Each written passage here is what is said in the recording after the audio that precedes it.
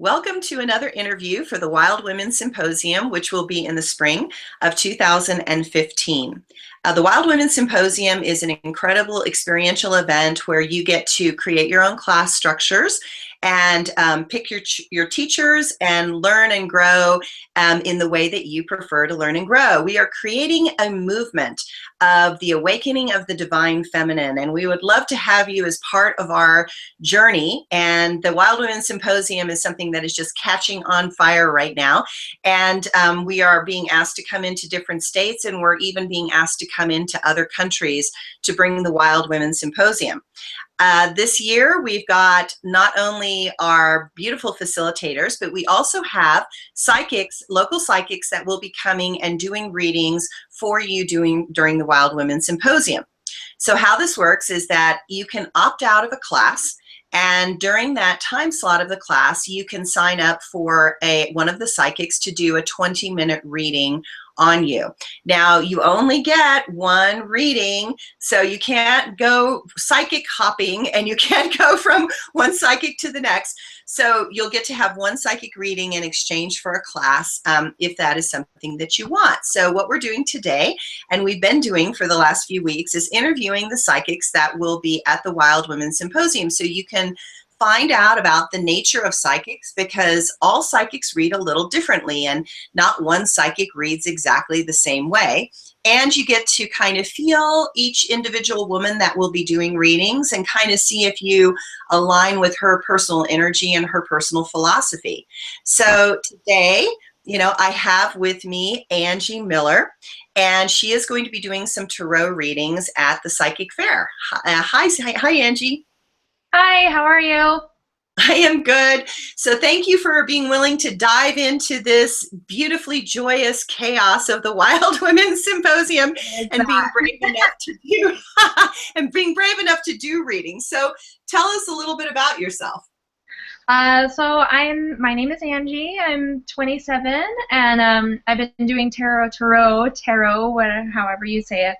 I've been doing it for several years now. I kind of picked it up in my youth, and of course, just like probably anybody in this kind of society or in this culture that we are in Utah, was really terrified of my dad or my mom figuring out that I had bought this tarot deck, and they always kind of looked at the guy. There was my parents were Hispanic, so we would watch the television shows, like the telenovelas, and between the telenovelas there was like the horoscope guy that would come on, and he always wore like a purple robe, and he has like this blonde swirly hair, and his name was Walter, and he had a crystal ball and everything, so they would always look at him and call him kind of kooky and like, what mumbo jumbo that is, and we would laugh because he did look kooky to me, as a young girl.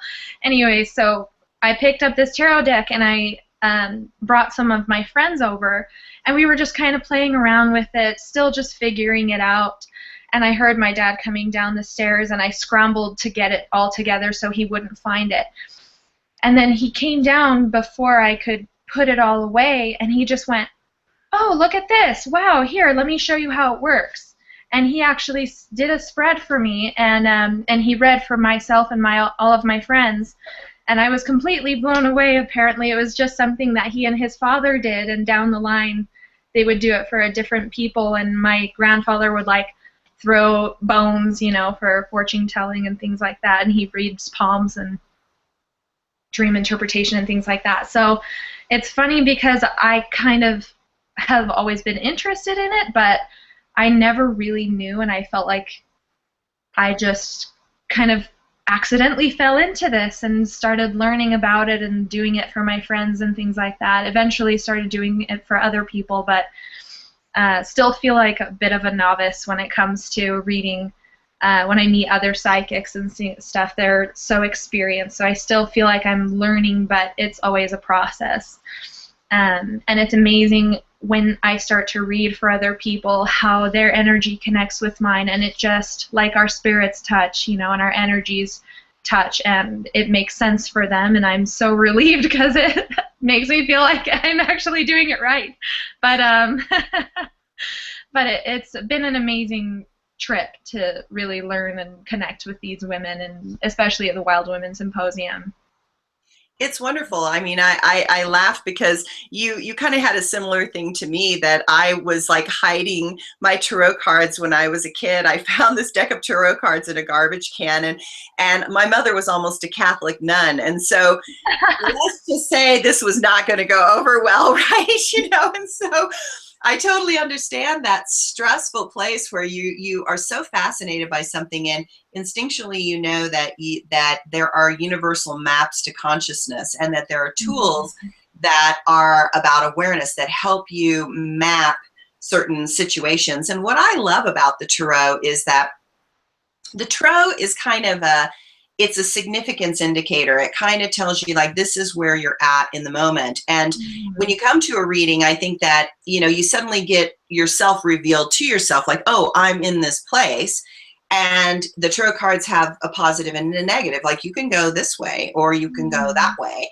And you get to have a choice as to how this will unfold. And it kind of empowers people to kind of recognize that there are universal flows. And we all have lessons that we need to learn.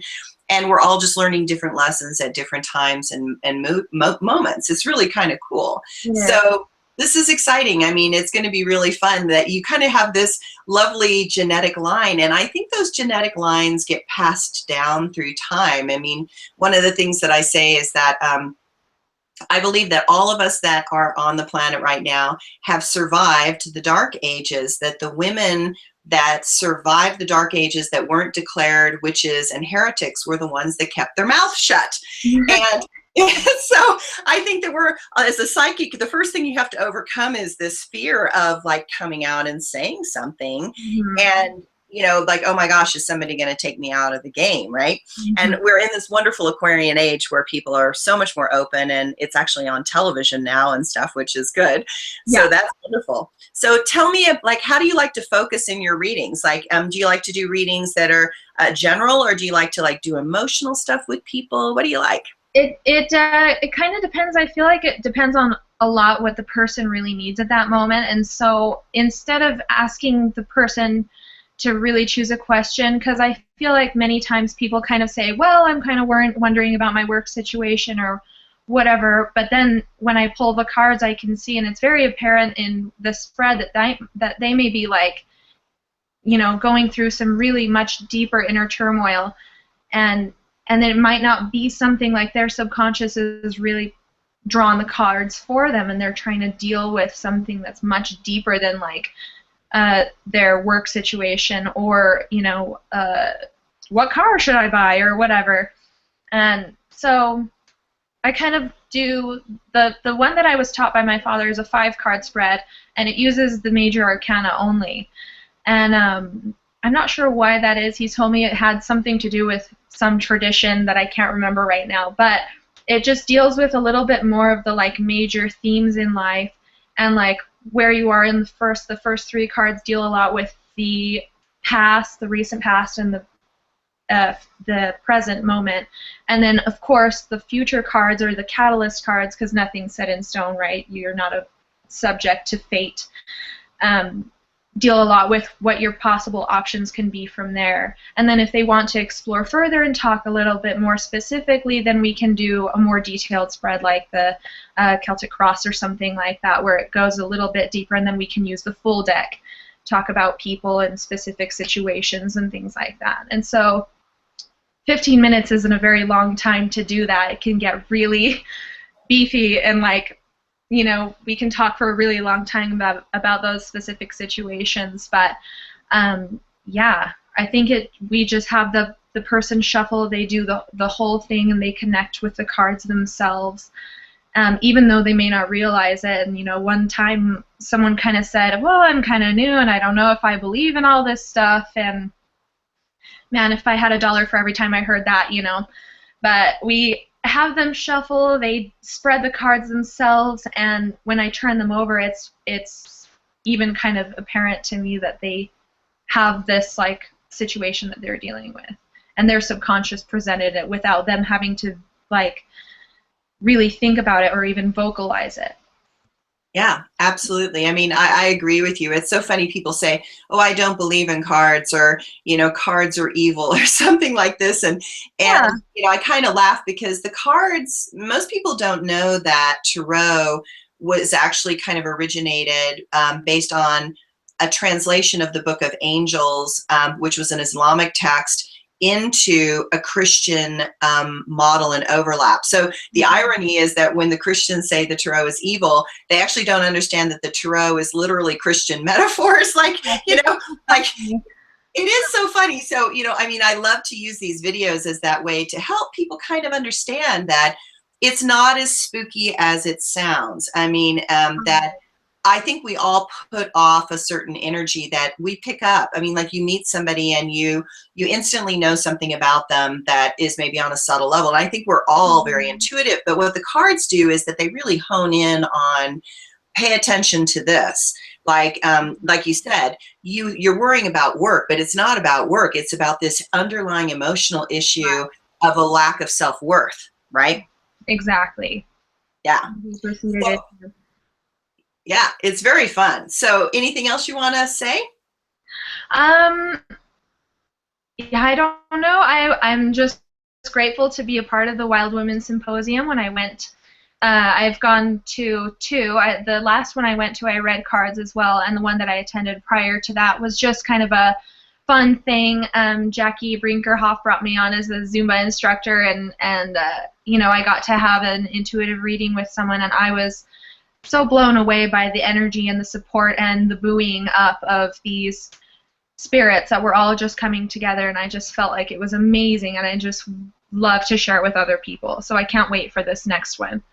Yes, we're going to have a lot of fun. I mean, it's really catching on fire, and we're getting so much support from the community, and we're getting people coming in that are wanting to be sponsors, and it's amazing. It's like, oh my gosh. And we're going to have this wonderful film, La Femme, with Sharon Stone.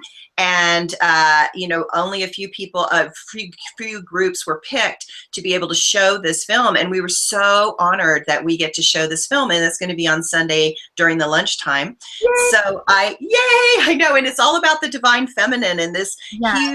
huge, world view that is changing so much. And we're really excited that Utah amazingly seems to be at the cutting edge of some of the new technologies related to spirituality. Mm-hmm. And who would have guessed? But I mean, we're in this beautiful, we're in this huge community. I feel like I've just like discovered a brand new ocean of just like people and I don't know, just so many kindred spirits that I never knew existed. exactly. So I am so happy that you're coming again. And so everybody, if you want to go on our website, you will be able to see this video with Angie under her name. So you just go to the symposium instructors and you just scroll down until you find her. And shortly we should have the schedule up for the Wild Women Symposium so you can sign up in advance. So thank you, Angie, for having this great conversation with me today. Thank you, Suzanne. Nice to see you. Okay, we'll see you at the symposium. All right, bye.